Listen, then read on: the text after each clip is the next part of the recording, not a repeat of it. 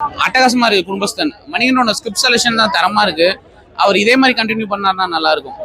Writing நல்லா இருந்துச்சு. காமெடியா இருக்கட்டும், சென்டிமெண்டா இருக்கட்டும், மொத்த நக்கலைட் டீம்ஸுமே சூப்பரா பெர்ஃபார்ம் பண்ணியிருந்தாங்க. அப்புறம் ஆர் சுந்தரராஜன், குரு சோமசுந்தரம் எல்லாருமே அட்டகாசமா பெர்ஃபார்ம் பண்ணியிருந்தாங்க. ஃபேமிலியோட தாராளமா தியேட்டர்ல பார்க்கலாம். இது இல்ல, இது கொஞ்சம் டிஃப்ரெண்டா இருக்கு. ஃபர்ஸ்ட் ஹாஃப் ஃபுல்லாவே காமெடி, செகண்ட் ஹாஃப் ஃபுல்லாவே சென்டிமெண்ட். பட் இது ரொம்ப காமன் மேனோட கனெக்ட் ஆகுது. எல்லாராலையும் கனெக்ட் பண்ணிக்க முடியும். நம்ம வாழ்க்கையில நடக்கிற எல்லா விஷயங்களுமே திரையில பாக்குற மாதிரி இருக்கு. நம்மளே அப்படியே ஸ்கிரீன்ல பாக்குற மாதிரி இருக்கு. எங்கேயுமே லேக் எல்லாம் கிடையாது. செம்ம காமெடியா போகுது, செம்ம சென்டிமெண்டா போகுது. கண்டிப்பா இது ஒரு பெரிய பிளாக் பஸ்டரா இருக்கும். செமையா இருந்துச்சு. அது படத்தோடய அப்படியே தனியா தெரியாம படத்தோடய ஜெல்லாகி போயிருந்துச்சு. வைசாகுக்கு ஒரு நல்ல டெபியூட் இருந்துச்சு. மணிகண்டனுக்கு ஒரு ஹேட்ரிக் ஹிட் தான். மூணுமே வெவ்வேறு ஜானர். லவ்வர் வந்து ஒரு சீரியஸான படம். இது ஃபுல் அண்ட் ஃபுல் ட்ரெய்லர்லேயே நம்ம டிஃப்ரெண்டா இருந்தனால தான் நம்ம படத்துக்கலாம். அது போக மணிகண்டனுக்காக பூர்த்தி பண்ணியிருக்கு. டெபியூட்டன்ஸ் மாதிரியே தெரில. வைசாக் அவர் சூப்பரா மியூசிக் போட்டிருக்காரு. அவர் நக்கலைட்ஸ் டீம், டைரக்ஷன் எல்லாமே பர்ஃபெக்டா பிளெண்ட் ஆயிருக்கு. குரு சோமசுந்தரம் அவரோட ஆக்டிங் சூப்பர்பா இருக்கு. கண்டிப்பா எல்லாரும் ஃபேமிலியோட வந்து பார்க்கலாம். மகதக ராஜாக்கு அப்புறம் இது ஒரு வெற்றியான படம். கண்டிப்பா கனெக்ட் பண்ணிப்பாங்க. இப்போ நானே ஏர்லி 2K தான். எனக்கே இந்த படம் ரொம்ப பிடிச்சிருந்துச்சு. கண்டிப்பா பார்க்கலாம் படம். ஃபேமிலியோட பார்க்கலாம். நான் படத்துல வந்து ஃபர்ஸ்ட் ஆஃப் ஆல் வந்து எந்த ஒரு வல்காரிட்டியுமே கிடையாதுண்ணா. குழந்தையில இருந்து பெரியவங்க வரைக்கும் எல்லாருமே வந்து பார்க்கலாம்.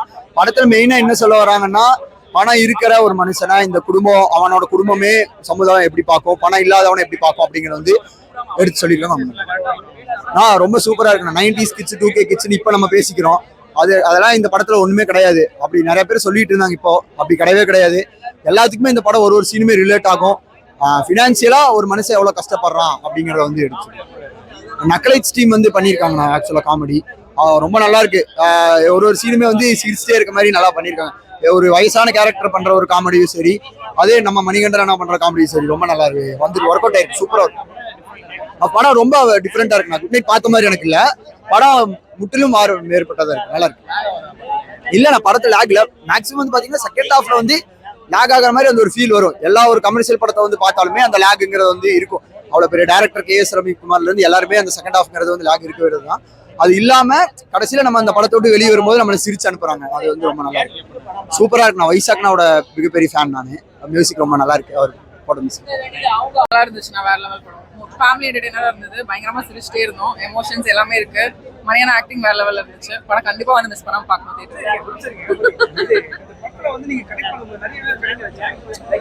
நம்ம வீட்டுல நடக்கிற விஷயங்கள் அப்படியே பாக்குற மாதிரி தானே இருந்தது. லைக் எல்லாரோட ஆக்டிங்கும் ரொம்ப நேச்சுரலா இருந்ததா. அதனால நம்ம வீட்டு பக்கத்து வீடு, நம்ம வீட்டுல இதெல்லாம் பிரச்சனை எல்லா வீட்லயும் ஃபேஸ் பண்ற விஷயங்கள் அப்படியே பாக்குற மாதிரி தான் இருந்துச்சு.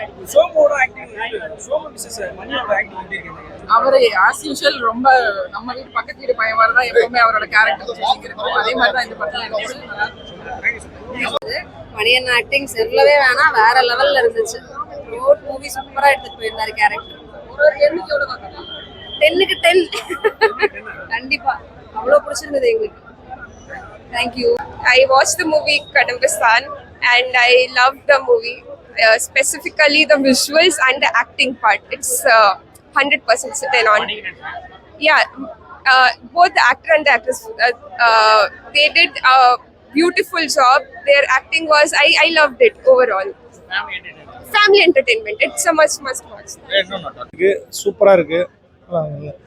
அருமையா இருக்கு. சூப்பரா இருக்கு. தாத்தாவும் நல்லா பண்ணியிருந்தாரு. ரொம்ப பிரம்மாண்டமான ஒரு நடிப்பு. எல்லாருக்கும் டீமுக்கு வாழ்த்துக்கள்.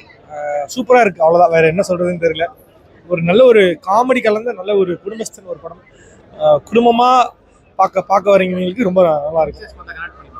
கண்டிப்பா கனெக்ட் பண்ணுவாங்க. ஏன்னா வேலை இல்லாத யங்ஸ்டர்ஸ்க்கு அவ்வளோ ஒரு மோட்டிவேஷனா இருக்கும். பாருங்க, பார்த்து தெரிஞ்சுக்கங்க. நான் பார்ட் ஆஃப் அ க்ரூ நல்லா என்ஜாய் பண்ணோம். ஸோ மூவி ஆடியன்ஸ் நல்லா அப்ளாசஸ், எதிர்பார்த்ததை விட ஓவர்வெல்மிங்காக இருக்கு ரெஸ்பான்ஸ். தேங்க்யூ. ஸோ என்ன சொல்லணும், ஆடியன்ஸோட பார்க்கறதுக்கு ஐயோ ட்ரெமெண்டஸ். நாங்கள் பயந்துகிட்டே இருந்தோம். ஏன்னா நாங்கள் ஹியூமரு தனியாக பார்க்குறோம், எங்களுக்கு இது ஒர்க் ஆகுது. பட் ஆடியன்ஸ்க்கு ஹியூமர் லேண்ட் ஆயிட மாட்டேங்குது. ரொம்ப ரிஸ்கியான ஏரியா. ஏன்னா ஃபர்ஸ்ட் ஹாஃப்லாம் பார்த்தீங்கன்னா அவ்வளவு ஹியூமர் சீன். ஆனால் பேக் டு பேக் இப்படி தேட்டர் வந்து வெடிக்குங்கிறது நாங்கள் எதிர்பார்க்கவே இல்லை. அண்ட் செகண்ட் ஹாஃபோட எமோஷன்ஸும் சரி, ஹியூமரும் சரி, சில மிக்ஸ் இருக்குல்ல. உண்மையிலுமே ரைட்டர் பிரசன்னா பாலச்சந்திரனும் சரி, டைரக்டர் ராஜேஷ்னாவும் சரி, ஹியூமரும் எமோஷன்ஸ் இப்படி ஒரு மிக்ஸ் வந்து எங்களுக்கு பயமா இருந்துச்சு. ஒர்க் ஆகுமா, பேக் டு பேக் மாத்தி கொடுக்குற செம்ம ரெஸ்பான்ஸ். ஆமா, எதிர்பார்த்த இடம், எதிர்பார்க்காத இடமும் அவங்க ரெஸ்பாண்ட் பண்றது எங்களுக்கு செம்ம ஆச்சரியமா இருக்கு. சின்ன சின்ன விஷயம், நுவான்சஸ்க்கெல்லாம் சிரிக்கிறது இல்லை. டைலாக் இல்லாமல் விஷுவல் ஹியூமர்ஸ்க்கெல்லாம் சிரிக்கிறது இல்லை. உண்மையிலுமே ஆடியன்ஸ் வந்து இவ்வளவு கிராஸ்பிங்கா எவ்வளவு கவனிப்பாங்கிறது வந்து இந்த ஷோ பார்க்கும்போது தான் தெரியுது. Manikandan sir is gem of a person to work. ஏன்னா இந்த படம் வந்து என்டையரா கோயம்புத்தூர். நீங்க படம் பார்த்தீங்கன்னா தெரியும், கோயம்புத்தூர் அவ்வளோ இருக்கும். ஜஸ்ட் ஒரு வீட்டுக்குள்ள நடக்கிற கதை இல்லை, சிட்டிக்குள்ள ஒரு சேவக்கட்டு, ஒரு மலை அடிவாரம், அதுக்கப்புறம் ஒரு ஃபுல் சேஸு, லேண்ட்ஸ்கேப்ஸ் மாறிட்டே இருக்கும். இவ்வளவு ரியல் லொகேஷன்ஸ்ல இப்படி ஒரு ஸ்டாரை கூட்டிட்டு போய் ஷூட் பண்றது எனக்கு தெரியல. அது மற்றவங்களை வச்சு நடந்திருக்கும் தெரியல. அவர் ஒரு ஸ்டாராவெல்லாம் பிஹேவ் பண்ணவே இல்லைங்க. அவர் வந்து இப்போ நாங்கள் நக்லைஸ்ல ஃப்ரெண்ட்ஸா இருக்கோமோ எல்லாம் வாங்க தலைவா நம்ம பண்ணுவோம் அப்படின்னு இறங்குறது இல்லை. ஏன்னா ஷூட்டுக்கு 3 நாளைக்கு முன்னாலே தலைவன் வந்து வாங்க நம்ம போவோம், எல்லா கடையிலையும் டீ குடிப்போம், நம்ம வந்து கேஷுவலா இருப்பாங்க. நாங்களை கம்ஃபர்ட் பண்றது இல்லை. ஏன்னா நீங்க டெக்னீஷியன்ஸ் அந்த மாதிரி பேனிக் பண்ணி வச்சுக்கோங்க. நமக்கு ஒரு பதட்டம் போய் அணுகும் போதே ஒவ்வொன்றே இது பண்ணுவோம்ல. ஆனா எங்களை கம்ஃபர்ட் பண்ணி நீங்க எதுவும் பயப்படாதீங்க, எதுவுமே யோசிக்காது, எங்க பண்ணுமோ சொல்லுங்கிறதுல சிலரெல்லாம் அவ்வளவு ரீடேக்ஸ் இருக்கும். ஏன்னா க்ரௌட்ல ஷூட் பண்ணும்போது எதுவுமே பண்ண முடியாது. ஒரு ஃபுல் ரன் இருக்கும், சேஸ் இருக்கும், அவ்வளோ எனர்ஜி லூஸ் ஆகும்.